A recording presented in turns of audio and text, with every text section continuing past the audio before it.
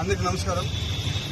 ఏదైతే ఈరోజు జనసేన పార్టీ అధ్యక్షుల వారు ఏదైతే కమిటీ ఇచ్చారో ఆ కమిటీకి నేను నాకేం జరిగిందో పూర్తి వివరణ ఇవ్వడం జరిగింది.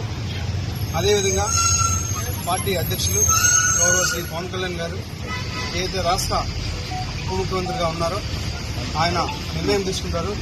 ఆయన నిర్ణయం తీసుకున్న తర్వాత నేను మళ్ళీ మరొక మారి ప్రెస్ మీట్ పెట్టి ఇంకా పూర్తిగా ఇస్తా అని చెప్పి మీడియా మిత్రులందరికీ తెలియజేస్తాను.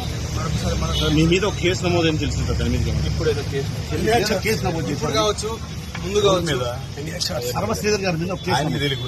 ఇప్పుడు కావచ్చు, ఇంకా ముందు కావచ్చు, లేకపోతే ఇంకా రాబోయే గంటలు కావచ్చు, రోజులు కావచ్చు, ఎన్ని కేసులైనా ఎదుర్కోవడానికి నేనున్నాను. నేనే ఎదుర్కొంటా. వాళ్ళు 100 కేసులు పెట్టినా కూడా నేను వాళ్ళకి క్లారిటీగా విత్ పిన్ టు పిన్ ఇప్పుడు ఏదైతే కమిటీకి ఇచ్చానో అదే విధంగా నేను మళ్ళా కోర్టుకి కావచ్చు, లేకపోతే ఇంకేదైనా కమిటీకి కావచ్చు, చట్టపరంగానే నిర్ణయాలు తీసుకోవాలని చెప్పి నేను ఈరోజు మీ మీడియా మిత్రులందరికీ తెలియజేస్తాను. నాకు ఎవరైతే ఆ వ్యక్తికి జరిగిందో పూర్తిగా ఇది వ్యక్తిగత విషయం. దయచేసి ఎవరు కూడా పార్టీలకి ఉండొద్దు.